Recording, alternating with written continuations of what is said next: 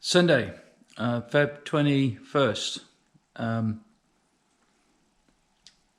Today I had to make a decision on what to do next. The rear suspension unit is waiting on the differential coming back from Coventry West, who are doing the refurbishment. That won't get here until at least next week, hopefully for the weekend. I've still got one or two other small bits and pieces that I've ordered that are new. It wouldn't stop me going ahead and doing the build, but the differential definitely does. So I decided today that I'm going to start work on disassembling the engine and the gearbox. I need to get the cylinder head also to Coventry West and the gearbox to them also. So the plan now is to go ahead and start that. Just a quick update though on where I am with everything else. I'm basically ready to assemble the rear differential. It's going to look amazing, as they always do when they come back. The transformation is so cool to see about what it did look like, and then what it ultimately is going to look like. I always enjoy that aspect of it. It really feels like you're making progress. So the rear brakes are fundamentally done.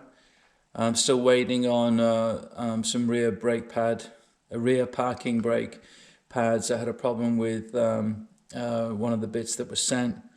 Actually, you can see I separated it from its plate.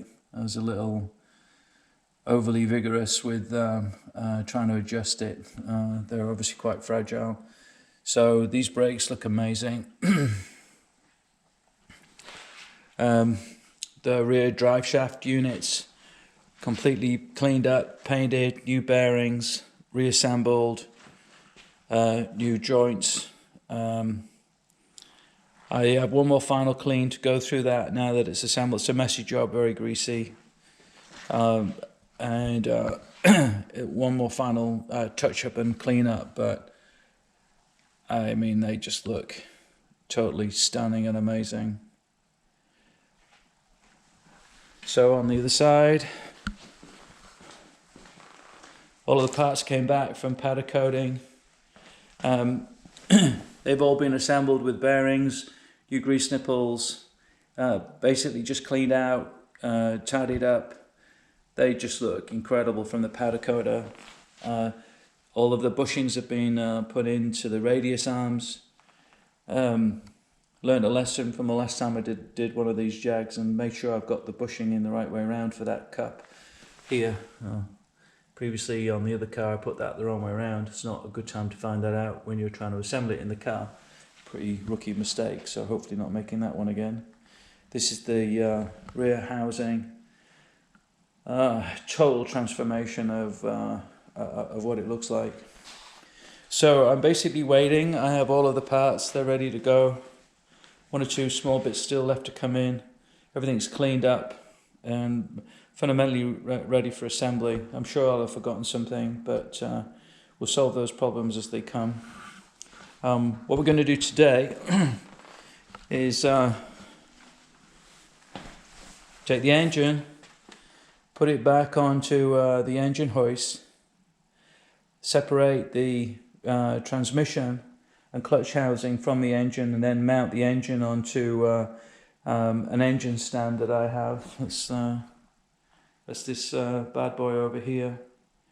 And then I need to separate the transmission, clean it up a little bit, get that sent down to Coventry West, and then after that I'll take the cylinder head off and get that shipped out. Once the differential unit comes back, then I'll finish it, completely reassemble it, completely put it to one side. Because now I'm starting the engine, I'm gonna then complete that. A habit I have is whatever you start, you then should finish. So plenty to do. Should be a fun day.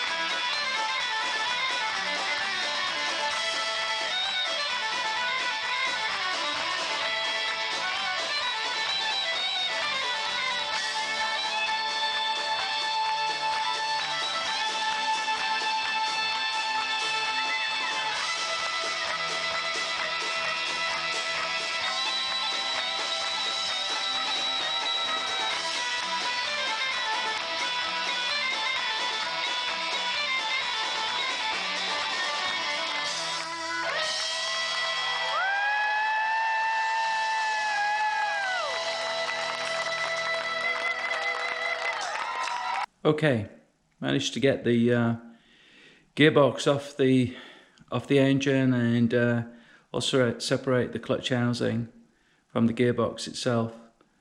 Now I've got the engine on an engine stand, and obviously that makes it a lot more comfortable to work on generally. Got caught out by the plate on the bottom of like a dirt plate on the bottom of the clutch housing. I should have taken that off when I was taking all of the bolts out. That was what was causing a problem as I'm trying to remove the gearbox from the engine. It should just literally slide out, but it was catching on that plate. Stupid mistake. Anyway, again, I don't do this all the time. The last one I did was quite some time ago, so no excuse though. That one was a bit of a novice error. Alright, so we can look at an engine actually on the engine stand, and then I'll show you the gearbox. Not a bad day, pretty comfortable. I'm pretty happy right now. Alright, so let me show you. Again, this is going to clean up amazing.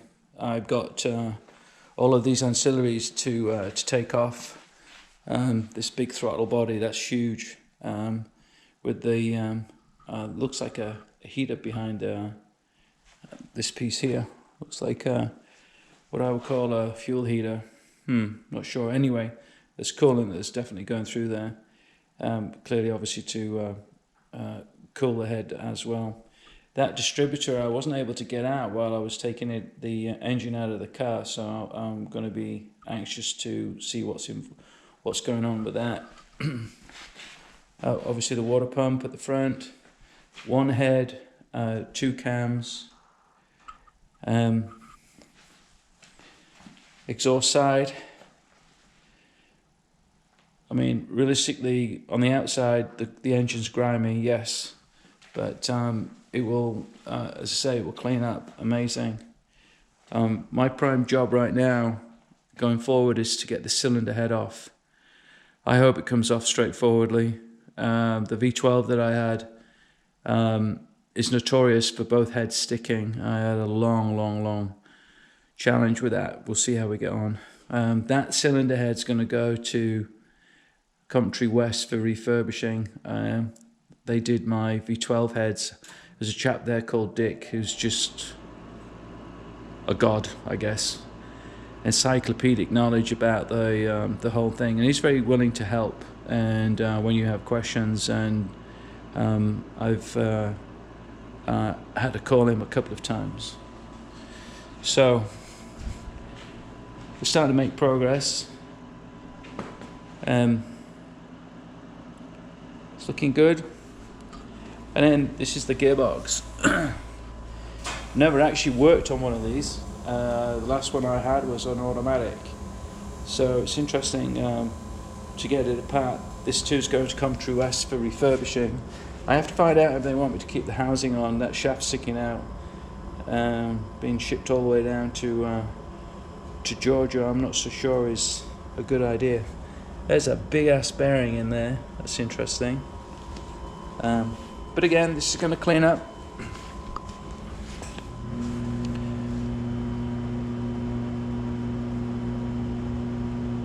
E-types, man. It's an honor and a privilege.